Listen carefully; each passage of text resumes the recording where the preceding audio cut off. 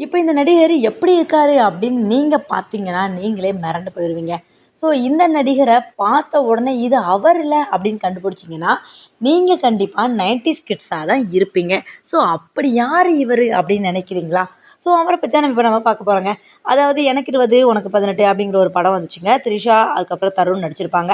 இந்த படத்துல நடித்த நடிகர் உங்களுக்கு ஞாபகம் இருக்கா?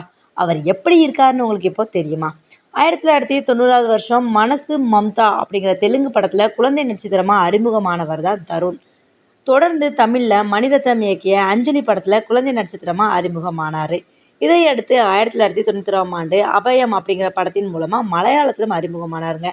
2000வது வருஷம் வரை குழந்தை நட்சத்திரமா நடித்து வந்த தருண், சிறந்த குழந்தை நட்சத்திரத்துக்கான நந்தி விருதுகள், தேசிய விருதுகள் உள்ளிட்ட பல விருதுகள வாங்கியிருக்காரு.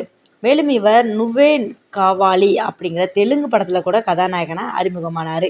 இதையடுத்து தான் தமிழ்ல 2002வது வருஷம் "புன்னகை தேசம்" அப்படிங்கிற படத்துல கதாநாயகனா அறிமுகமானாரு.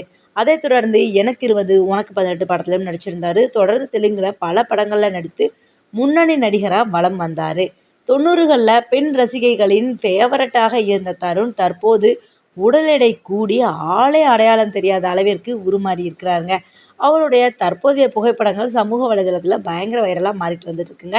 ஸோ "காதல் சுகமானது" அப்படிங்கிற படத்துல கூட நம்ம சினேகா அவர்களோட நடிச்சிருப்பாங்க. தருண் அவர்கள உங்களுக்கு ரொம்ப பிடிக்கும்னா இந்த வீடியோக்கு ஒரு லைக் போட்டுருங்க. ஸோ 90ஸ்ல எனக்கு இவரு ஒரு ஃபேவரட் நடிகர் தான் அப்படின்னு நீங்க நினைச்சீங்கன்னா, உங்களோட கருத்துக்களை கமெண்ட் செக்ஷன்ல பதிவு பண்ணிடுங்க. மேலும் சினிமா சம்பந்தப்பட்ட பல்வேறு செய்திகள உடனுக்குடன் தெரிந்து கொள்ள நம்மளோட சேனலை சப்ஸ்கிரைப் பண்ணி சைடுல இருக்கிற பெல் பட்டனை கிளிக் பண்ணிடுங்க.